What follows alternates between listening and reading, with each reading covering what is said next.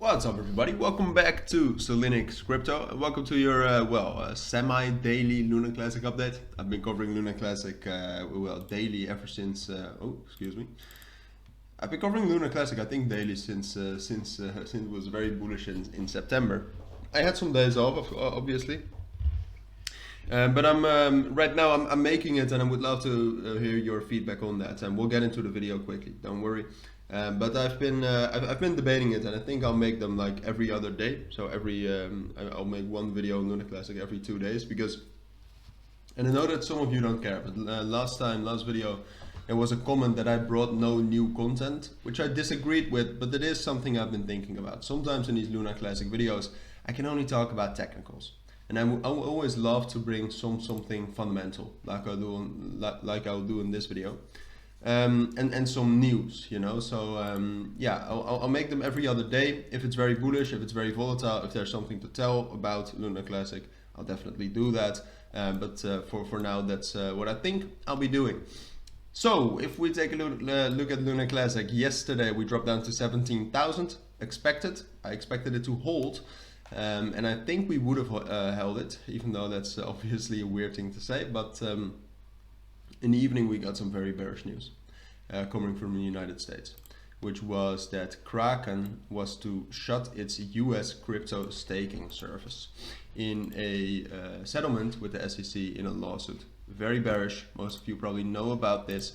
Hopefully you're not affected by it, but it's obviously bad news, and the ripple effects are still unknown. Now it's only for Kraken. Maybe it will spread to other exchanges as well. It would be very bearish, and it's already bad news. So that made us drop down below 17,000, all the way down to the support level around 15,500, which is actually quite a big drop, as you can see. So now I do think we hit a major support level. I think the initial reaction of the bad news is over.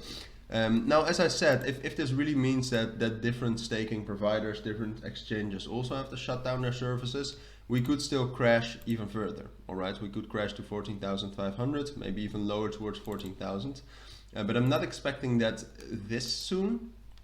Maybe next week, but I'm not expecting it now. So for now, I actually think we can consolidate, or at least find support between 16,000 and 15,500. And that we can kind of consolidate on top of that. And then Luna Classic, in about 4 days, will have an upgrade, which is right now, approximately February the 14th. This is a big upgrade, 1.05 or 1.0.5. It's not that big of an upgrade itself. I mean, it's purely a technical update.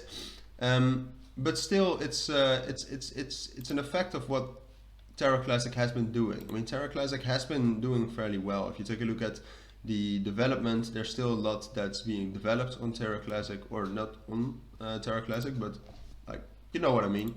The TERRA Classic blockchain itself is still getting developed. And that's a great thing, because that is what they were aiming for with some recent proposals, and obviously with the